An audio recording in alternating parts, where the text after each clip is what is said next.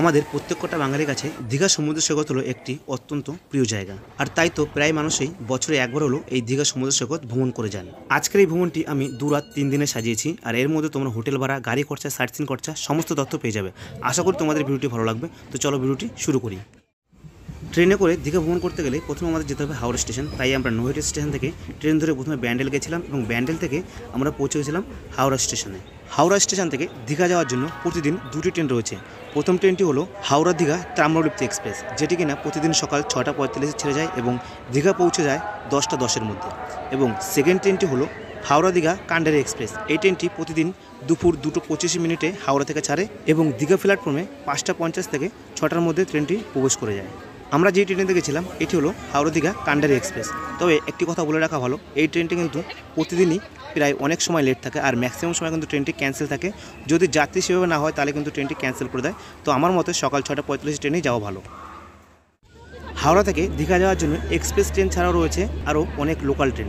সেক্ষেত্রে তোমরা local train ধরে চলে যেতে পারো। লোকাল ট্রেনে দীঘা যাওয়ার জন্য তোমাদের হাওড়া থেকে ট্রেন ধরে চলে আসতে হবে মেচেদা স্টেশনে, এবং মেচেদা স্টেশন থেকে প্রতিদিন সকাল 8টা 2 দীঘা ইমু প্যাসেঞ্জার ট্রেনটি ধরে তোমরা দীঘা পৌঁছে যেতে পারো। এছাড়া যারা বাসে করে আসতে চাইছো তাদের জন্য কলকাতা ধর্মতলা থেকে প্রতিদিন অনেকগুলো এসি নন এসি বাস আসে, তো তোমরা সেই বাসে করে দীঘা পৌঁছে যেতে পারো। আমরা পৌঁছে গেলাম দীঘা প্ল্যাটফর্মে, আর আমাদের ট্রেন লেট করেছে প্রায় 1.5 ঘন্টা। যেখানটায় 5:30টার মধ্যে বা 6টার মধ্যে ঢোকানোর কথা ছিল, সেই ট্রেন এসে প্রবেশ করলো 7টা 40-এ। তো এখন আমাদের হোটেল বুক করতে হবে। এবার একটু তোমাদের ট্রেনের ভাড়াটা বলে দিই। আমরা যে ট্রেনতে এসেছি সেই ট্রেনের ভাড়া পড়েছে 105 টাকা, জিএসটি মিলে টোটাল 145 টাকা করে পার হেড পড়েছে। এবং তোমরা লোকাল ট্রেনে আসতে চাইলে মেচেদা থেকে মাত্র 30 টাকাতে তোমরা দীঘা চলে আসতে পারবে। Good morning from Digha. আজকে আমাদের দীঘাতে দ্বিতীয় দিন বা দ্বিতীয় সকাল। আমরা এখন দীঘার সাইট সিন করতে পারবো, কিন্তু তার আগে তোমাদের এই হোটেলটি একটু দেখিয়ে দিই। আমরা যে হোটেলতে উঠেছি এটি হলো হোটেল তন্তুজ। দীঘা থেকে মাত্র দীঘা সমুদ্র সৈকত থেকে মাত্র হাঁটা পথে 5 মিনিট দূরত্বে অবস্থিত এই হোটেল তন্তুজ। আমরা 2তলাতে রয়েছি এবং আমরা মাত্র, যেহেতু আমরা 11 জন, আমরা 3টে রুম নিয়ে নিয়েছি। তো এইটি হলো আমাদের রুম এবং এটি হলো অনেকটা বড় রুম। তো এক একটা রুমে মোটামুটি বিছানায় মোটামুটি 3 থেকে 4 জন করে থাকতে পারবে। আর এটি হলো এসি রুম, কিন্তু আমরা নন এসি হিসেবে নিয়েছি। আর আমাদের পার ডে ভাড়া পড়েছে 700 টাকা করে। তো তোমরা যদি এসি রুম নিতে চাও সেই ক্ষেত্রে তোমাদের ভাড়া পড়বে 1200 থেকে 1400 টাকা। আমি নাম্বারটি দিয়ে দিচ্ছি, তোমরা কল করে সম্পূর্ণ ডিটেলস জেনে নিতে পারো। এটি হলো হোটেলের বাথরুম। দেখো বাথরুমটা কিন্তু বেশ চকচকে পরিষ্কার। যদি ফ্যামিলি নিয়ে আসা যায় তাহলে কিন্তু এই হোটেলে থাকলে কিন্তু খুবই ভালো হবে, কারণ হোটেলের পরিষ্কার পরিচ্ছন্ন রয়েছে। আর হোটেলের ব্যালকনি থেকে দেখো সামনে রয়েছে ডিবিসি যে বোর্ডটি টানানো, সুবিধার্থে বলে দিচ্ছি এর সামনে রয়েছে হোটেল তন্তুজ। তো তোমরা কন্ট্যাক্ট করে নিতে পারো। এটি দেখো, এটি হলো আমাদের আরেকটি রুম। তো এই রুমটি আমরা মোটামুটি সিঙ্গেল রুম হিসেবে নিয়েছি, অর্থাৎ 2 জন করে থাকা যাবে। কিন্তু এই হোটেলে আমরা 3 জনে রয়েছি। দেখো এখানটা এসি লাগানো রয়েছে, তবে আমরা এটিও নন এসি হিসেবেই নিয়েছি। কন্ট্যাক্ট নাম্বার দেওয়া রইলে তোমরা যোগাযোগ করে নিও। এই রুমের বাথরুমটা দেখো, এই বাথরুমটা কিন্তু বেশ পরিষ্কার পরিচ্ছন্ন। আমাদের কাছে কিন্তু হোটেলটি বেশ ভালো লেগেছে। তবে হ্যাঁ, দীঘাতে ভ্রমণ করতে আসলে 300 থেকে 350 বা 400 থেকে 500-র মধ্যে কিন্তু অনেক হোটেল পেয়ে যাবে। তো সেগুলো সমুদ্র সৈকত থেকে একটু অনেকটা ভিতরের দিকে। এই হোটেলে ঢোকার মুখে বাঁদিকে রয়েছে একটি রুম। এই রুমে কিন্তু বাইরে থেকে খাবার এনে তোমরা খেতে পারবে। অন্যান্য হোটেলে কিন্তু বাইরের খাবার অ্যালাউ থাকে না, তবে এই হোটেলটিতে বাইরের খাবার অ্যালাউ রয়েছে। সকালবেলার খাবার রয়েছে আমাদের লুচি আর হচ্ছে তরকারি, আর এর মধ্যে মিষ্টি রয়েছে। এদিন নামাতে হবে না। একটা কথা বলে রাখি, দীঘা ভ্রমণ করতে আসলে যে কোনো হোটেলে উঠো না কেন, হোটেলওয়ালাদের সাথে কথা বলে নেবে যে বাইরের খাবার অ্যালাউ রয়েছে কিনা, কারণ অনেক হোটেলে কিন্তু বাইরের খাবার অ্যালাউ করে না। সেক্ষেত্রে এই হোটেলে কিন্তু বাইরের খাবার অ্যালাউ রয়েছে, তবে রুমে গিয়ে খেতে পারবে না। ওনাদের যে বাইরে ঘরটি করা রয়েছে এই ঘরে বসে তোমরা খাবার খেয়ে নিতে পারবে। তো গড়িতে এখন সময় হচ্ছে সকাল 9:14, আর এখন আমরা বেরিয়ে পড়েছি সাইট সিনের জন্য। আর ইচ্ছে ফ্যামিলি এরা সবাই এখন খাওয়া দাওয়া করে উঠলো। তো চলো দেখি একটা গাড়ি ঠিক করতে হবে, তারপর বেরোতে হবে আমাদের আজকে। দীঘা থেকে সাইট সিন করার জন্য সকাল সকাল আমরা একটি অটো ভাড়া করে নিলাম, আর এই অটো ভাড়া পড়েছে আমাদের 800 টাকা করে, অর্থাৎ আমরা 11 জন। এই অটোটা 800 টাকা ভাড়া নিল। তো দীঘা থেকে দীঘার সাইট সিন ভ্রমণ করার জন্য আরও অনেক পদ্ধতি রয়েছে, যেমন মোটর ভ্যানে করে কিন্তু সাইট সিন ভ্রমণ করতে পারো। তো সেই ক্ষেত্রে মোটর করে ভ্রমণ করলে কষ্টটা বেশি হয়, কারণ ঝাঁকুনিটা বেশি লাগে। তো আমি বলবো অটো ভাড়া করে নিলে 800 টাকা করে পড়বে, মানে পার রেট মোটামুটি 80 টাকা 90 টাকার মধ্যে হয়ে যাবে। তো আমার মতে অটো করে ঘোরাই ভালো। তো আমরা এখন তালসারিতে পৌঁছে গেলাম। দীঘার সাইট সিন ভ্রমণে প্রথমে আমরা পৌঁছে গেলাম দীঘার তালসারিতে। তো এটি হচ্ছে দীঘার তালসারি। যেই লেভেলে গরমটা পড়েছে, তো এখানটা এসে দেখতে পেলাম ডাব। তো সকলে মিলে আমরা ডাব খেয়ে নিচ্ছি, কারণ ডাব ছাড়া কিন্তু কোনো গতি নেই এই গরমে। 30 টাকাতে ডাব খেয়ে এবার আমরা চলেছি তালসারির সমুদ্র বিচে। তা এটি হচ্ছে তালসারি, আর তালসারির মধ্যে এই একদম দেখতে পাচ্ছি এখানটা। আমরা যেহেতু টোটাল ফ্যামিলি ভাবে এসেছি, টোটাল ফ্যামিলি রয়েছে আমাদের পিছনে। এটি হলো তালসারির ভিউ। এখন যেহেতু ভাটা রয়েছে তো জল একদমই নেই, কম রয়েছে জল একদম, তাই নৌকোগুলো কিন্তু এরকম যেখানে সেখানে রয়েছে। যখন জোয়ার আসবে, জোয়ারে আবার এইগুলো যে যা জায়গা মতো নিয়ে চলে যাবে এবং সমুদ্রের মাঝখানে তখন চলে যাবে। দীঘার এই তালসারি ভ্রমণ করতে এসে একটি জিনিস দেখতে পাচ্ছি, আগেরকার মতন সেই সৌন্দর্যটা নেই। দীঘাটা কেমন সবুজহীন হয়ে গেছে, একদম খড়খড়ে একটি পরিবেশ হয়ে গেছে। তোমাদের দেখাতে পারছি কিনা জানি না, এই যে সাদা সাদা হালকা হালকা যে কাইগুলো রয়েছে ওগুলোর মধ্যে সব লাল কাঁকড়া রয়েছে। কাঁকড়া রয়েছে, এগুলো লাল কালারের কাঁকড়াগুলো রয়েছে এইখানটায়, পুরো এখন দেখো সাদা সাদা হয়ে রয়েছে। ক্যামেরা হয়তো অতটা বোঝা যাচ্ছে না। দীঘার এই তালসারি ভ্রমণ করার জন্য রয়েছে অনেক বাইকের ব্যবস্থা। তো তোমরা সেক্ষেত্রে যদি চাও কিছুটা জায়গা ঘুরে নিতে, তো ওই বাইকে করে কিন্তু কিছুটা জায়গা ঘুরে নিতে পারো। আমাদের প্রথম দিন দীঘা সাইট সিন ভ্রমণের তালসারি বিচ ভ্রমণ করে আমরা এখন চলে এসেছি দীঘা চন্দনেশ্বর মন্দির দর্শন করতে। এটি হলো দীঘার বিখ্যাত সেই মন্দির, এটি হলো দীঘা চন্দনেশ্বর মন্দির। আর এই মন্দিরে প্রত্যেকটা ভক্তই কিন্তু আসে ভ্রমণ করতে। সামনে রয়েছে যে মন্দিরটি, এটি হলো চন্দনেশ্বর মন্দির। তো এই মন্দিরটি কিন্তু বিখ্যাত একটি মন্দির। সমস্ত পর্যটকরা কিন্তু ভ্রমণ করতে আসলে এই চন্দনেশ্বর মন্দির কিন্তু ভ্রমণ অবশ্যই করবে। তো আমরাও এখন সেই মন্দির দর্শন করতে এসেছি। এই মন্দিরের ভিতরে রয়েছে পুজো দেওয়ার ব্যবস্থা, অনেকে এসে মানত করে যান, তো তারপরে কিন্তু সেখানটা পুজো দেন। এই চন্দনেশ্বর মন্দিরের পাশেই রয়েছে আরেকটি মন্দির। এই মন্দিরটি হলো মূলত একটি দুর্গা মন্দির। সামনে রয়েছে দুর্গা মায়ের মূর্তি, খুবই ভালো লাগছে। এই মন্দিরের বাঁদিকে রয়েছে একটি জলাশয়, আর এই জলাশয়ে কিন্তু সমস্ত ভক্তরা এসে স্নান করেন, তারপরে শুদ্ধ হয়ে তারপরে গিয়ে পুজো করেন। এই চন্দনেশ্বর মন্দিরের ঠিক বাঁদিকে রয়েছে এরকম প্রার্থনা জায়গা, যেখানটা ধূপকাঠি মোমবাতি জ্বালানো যায়, এবং তার ঠিক সামনে রয়েছে আরেকটি মন্দির, এটি হলো রাধাকৃষ্ণ মন্দির। এই মন্দিরের মূল দেবতা হলো রাধাকৃষ্ণ, পাশাপাশি মা মনসাও রয়েছেন। চন্দনেশ্বর মন্দির ও তালসারি ভ্রমণ করে আসার পথেই পড়বে এরকম আরেকটি মন্দির। তো এই মন্দিরের মধ্যে আমরা প্রবেশ করছি। তো এই মন্দিরের ভিতরে প্রবেশ করে দেখলাম বেশ জায়গাটা নিরিবিলি এবং ছায়া রয়েছে, বেশ ঠান্ডা ঠান্ডা একটা ভাব রয়েছে এখানটায়। তবে সামনেই দেখতে পাচ্ছি এখানটায় কিন্তু ক্যামেরা অ্যালাউ নেই মন্দিরে, এখানটায় জুতো রেখে এবং ফোন পকেটে ঢুকে তারপরে প্রবেশ করতে হবে। পরপর 3টে জায়গা ভ্রমণ করে আমরা এখন চলে এসেছি উদয়পুর বিচে। দীঘা চন্দনেশ্বর মন্দির থেকে উদয়পুরের বিচের দূরত্ব হচ্ছে 4.5 কিলোমিটার, সময় লাগবে 10 থেকে 15 মিনিট। আমরা এখন পৌঁছে গেলাম দীঘা উদয়পুর বিচে। তো এটি হচ্ছে দীঘা উদয়পুর বিচ, বেশ সুন্দর একটি জায়গা। সমুদ্র সৈকত, এখানটায় ম্যাক্সিমাম লোক কিন্তু আসেন এখানটায় কাঁকড়া বা সামুদ্রিক মাছের মজা নিতে। তো আমরা এখানটায় এসেছি এখন পুরো ফ্যামিলিভাবে।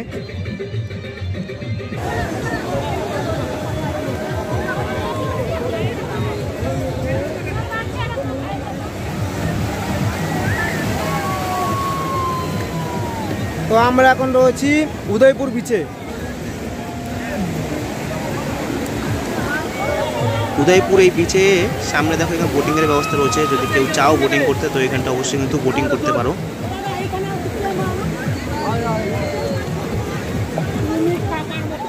সমুদ্র সৈকতে ঘুরতে আসবো আর এখানটা এসে কাঁকড়া কিংবা মাছ খাবো না তা তো হয় না। তো আমরা এখান থেকে কাঁকড়া কিনে নিলাম। তো 4 পিস কাঁকড়া নিয়েছি আর দাম পড়েছে 300 টাকা 4 পিসের দাম। তো আমি বলবো এখানটার দামটা একটু করে নিও, ওটা অনেকটা বেশি চাই, তো সেক্ষেত্রে দামটা একটু করে নিও। তৈরি হচ্ছে আমাদের জন্য কাঁকড়া। তো চলে এসছে আমাদের জন্য গরম গরম ফ্রাই কাঁকড়া। তো এই কাঁকড়াটা এখন টোটাল ফ্যামিলিভাবে খাওয়া হবে, চলো খাওয়া যাক। দীঘা দ্বিতীয় দিনের সাইট সিন ভ্রমণ করে আমরা চলে এসেছি এখন রুমে। রুম থেকে ফ্রেশ হয়ে আমরা সকলে খাবার খেতে চলে এসেছি। এরকম অনেকগুলো হোটেল পড়বে সামনাসামনি, তো তোমরা এই হোটেলগুলোতে খাবার খেয়ে নিতে পারো। আমরা সামনাসামনি যে হোটেলগুলো রয়েছে, যেমন এই একটা নিমন্ত্রণ হোটেল, এই হোটেল আমরা খেয়ে নিয়েছি এবং এই হোটেলে আমাদের থালি পড়েছে নিরামিষ থালি 60 টাকা করে। তো সিজন মাফিক 10 টাকা 20 টাকায় দাম এদিক ওদিক হয়ে থাকে। সারাদিন ঘোরাঘুরি করার পর, খাওয়া দাওয়া করার পর রুম থেকে রেস্ট নিয়ে তারপরে বেরিয়েছি সন্ধ্যায় দীঘার এই অপূর্ব সৌন্দর্য গ্রহণ করতে, যেটি কিনা দেখতে লাগছে বেশ ভালো। আর দীঘার এই বিকেলবেলার এই আবহাওয়াটিতে সত্যি সকলের মন কেড়ে নেবে। তার জন্যই তো দীঘায় বারবার আসা, কারণ দীঘায় আসলে সমুদ্রের হাওয়াটি কিন্তু আর কিছু ভালো লাগুক আর না লাগুক, সমুদ্রের বিকেলের হাওয়াটি বেশ ভালো লাগে। দেখতে দেখতে সন্ধ্যা হয়ে গেছে। আমরা এখন রয়েছি নিউ দীঘা মার্কেটে। তো তারপর আমরা যাব ওল্ড দীঘাতে। আগে নিউ দীঘা মার্কেটটা একটু সুন্দরভাবে ঘুরে নিই। সন্ধ্যাবেলা কিন্তু এরকম সুন্দর মার্কেট বসে, অনেক জিনিসপত্র কিন্তু এখানটা মোটামুটি পাওয়া যায়। তো যার যার দরকার কিনে নিতে পারো। বাচ্চাদের গাড়িরও রাইডিংয়ের ব্যবস্থা রয়েছে। তো এটাও করতে পারো। সমুদ্রের বিচের উপর এরকম অনেক দোকান পেয়ে যাবে খাবারের টুকটাক। তো এখানটায় 20 টাকা দিয়ে 1 প্যাকেট পপকর্ন কিনে নিচ্ছি, সমুদ্রের পাড় দিয়ে হাঁটবো আর খাবো, মজাটাই বেশ আলাদা।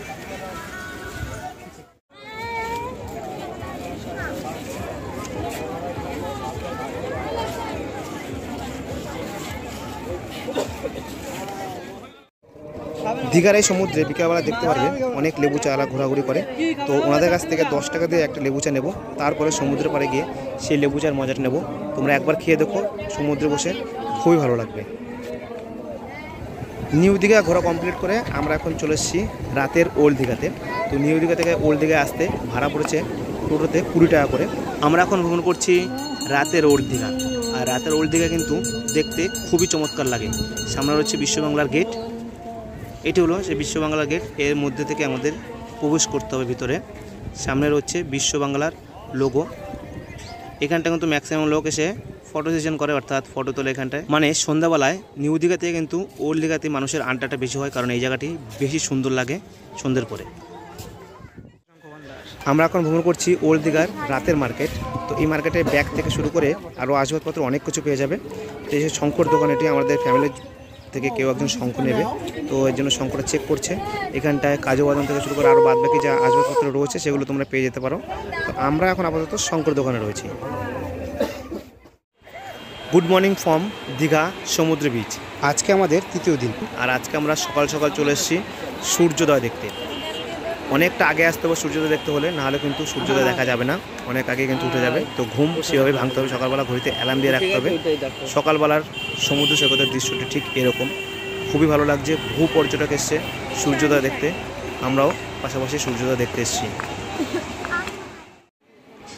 সকালবেলা সূর্যোদয়ের পাশাপাশি এরকম অনেক জেলেরা মাছ নিয়ে আসে সমুদ্র সৈকত থেকে, মানে একদম টাটকা মাছ যেগুলোকে বলা হয় সেগুলো কিন্তু এখান থেকে নিয়ে আসে। তো কেউ যদি চায় এখান থেকে নিয়ে নেয়, কিন্তু যারা ঘুরতে যায় তারা তো এই মাছ নেয় না। কিন্তু দেখতে সকালবেলায় পরিবেশটা খুবই ভালো লাগছে, সকালবেলা টাটকা টাটকা মাছ। বহু পর্যটক সমুদ্র সৈকত ঘুরে বেড়াচ্ছেন। সকালের সমুদ্র সৈকতের মজাটাই একটু অন্যরকম। সূর্যমামা বেশ উঁচুতে উঠে গেছেন আপাতত।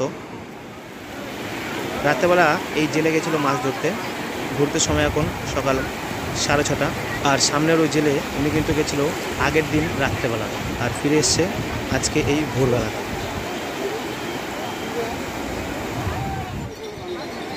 দীঘার সমুদ্র সৈকতে সকালবেলা যদি কেউ চায় ঘোরার সাওয়ারি করতে, সেটাও কিন্তু কারো করতে সকাল সকালে কিন্তু মালিকরা ঘোরা নিয়ে চলে আসছেন সমুদ্র সৈকতে। যেহেতু আজকে আমাদের 3য় দিন, তাই 3য় দিনে আজকে আমরা দীঘার আর এক সাইড ভ্রমণ করবো। কালকে আমরা ভ্রমণ করেছিলাম এক সাইড, তো আজকে শঙ্করপুরে যে সাইডটা রয়েছে ওই সাইডটা ভ্রমণ করবো। তো এইখানে আর বেশি সময় কাটানো যাবে না, এখন আমাদের রুমে ফিরে যেতে হবে, তারপর রেডি হতে হবে। দীঘার শঙ্করপুর সাইড ভ্রমণ করার জন্য আজকে আমরা সেই একই অটো ভাড়া করে নিচ্ছি। আজকে হচ্ছে 800 টাকা করে ভাড়া পড়েছে, আর আমরা হচ্ছি 11 জন। তোমরা চাইলে মোটর ভাড়ায় কিংবা এই অটোতে কিন্তু ঘুরতে পারো। এছাড়াও দীঘা সাইট সিন ভ্রমণ করার জন্য তোমরা টাটা সুমো গাড়ি ভাড়া পেয়ে যাবে। তো সেক্ষেত্রে ভাড়াটা অনেকটাই বেশি পড়বে, প্রায় 1500 থেকে 2000 টাকা করে ভাড়া পড়বে। তো তোমরা যদি কেউ চাও সেই গাড়িতে ঘুরতে, তো অবশ্যই ঘুরতে পারো। তবে আমার মতে অটো করে ঘোরাই ভালো। 2য় দিনের সাইট সিনে আমরা এসে পৌঁছে গেছি দীঘা মোহনাতে। দীঘা মোহনা এসে সামনে ডান দিকে দেখতে পাবে এরকম শুটকি মাছের দোকান রয়েছে, এবং সামনে রয়েছে অনেক মাছের দোকান। দেখো এখানটা পরপর পমফ্রেট, ইলিশ মাছ, কাঁকড়া, অনেক পদের মাছ রয়েছে। তো তোমরা চাইলে এগুলো কিনে নিতে পারো পার্সেল করে। তো ওনারা বললে কিন্তু সুন্দর করে পার্সেল করে তোমাদের জন্য রেডি করে দেবে। তো সেগুলো কিন্তু বরফ দিয়ে রেডি করা থাকবে, তো বাড়িতে নিয়ে আসতে পারো সেক্ষেত্রে। তবে হ্যাঁ, দামটা যে আমাদের কলকাতা পরিমাণে খুব বেশি কম তা কিন্তু নয়, দামটা একটু এদিক ওদিক হেরফের। দীঘার মোহনার মাছের মার্কেটটি ভ্রমণ করে আমরা এখন চলেছি দীঘার যে মেন মোহনা সেই দিকে। এটি হলো মোহনার রাস্তা, এই রাস্তা দিয়ে আমাদের মোহনার সামনে যেতে হবে। আর এইখানটা এসে নানান ধরনের সানগ্লাস পেয়ে যাবে বা আরও জিনিসপত্র পেয়ে যাবে। সানগ্লাসগুলো 100 টাকা, 90 টাকা, 80 টাকা করে বিক্রি হচ্ছে। তো এখন আমরা চলেছি মোহনার যে মিলনস্থল সেখানটায়।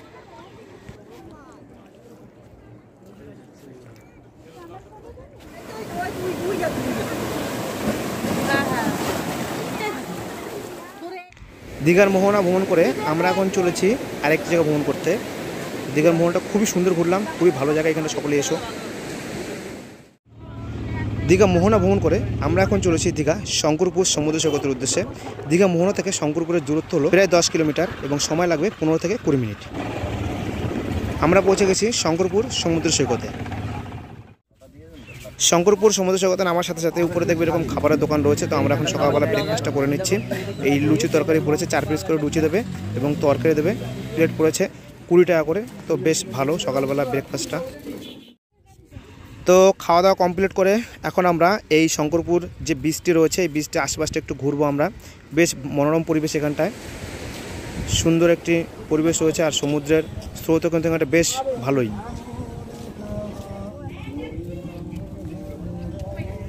সামনে এখানটায় বিশ্রাম করার জন্য রয়েছে একটি সুন্দর একটি ঘর।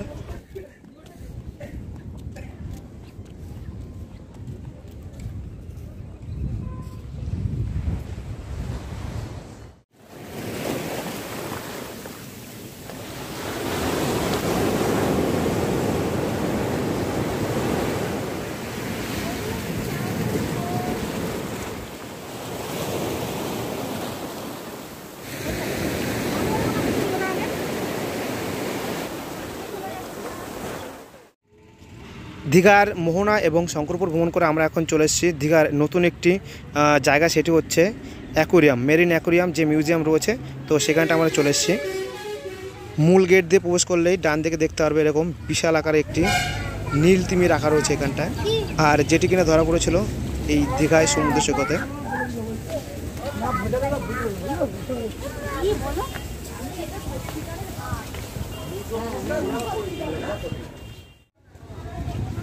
এখানটায় সামনে যে ঘরটি দেখা যাচ্ছে এর মধ্যে কিন্তু রয়েছে একটি অ্যাকোরিয়াম এবং রয়েছে একটি মিউজিয়াম।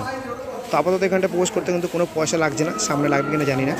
তো ভিতরে যে মিউজিয়াম ভিডিওগ্রাফি করা বারণ, তবে একটু কিন্তু তোমার সামনে তুলে ধরলাম। আর এই সাইডটাতে তুলে ধরা রয়েছে সুন্দরবনের মানুষেরা যে মাছ ধরতে গিয়ে বাঘের কবলে পড়ানোর সময় সেই চিত্রটি এখানটায় তুলে ধরা রয়েছে।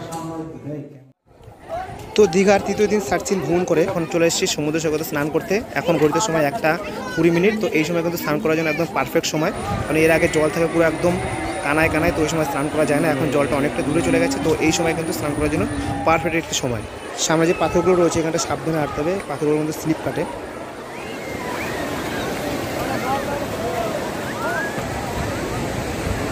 ভিড় কিন্তু আজকে খুব ভালো রয়েছে, প্রচণ্ড পরিমাণে রয়েছে।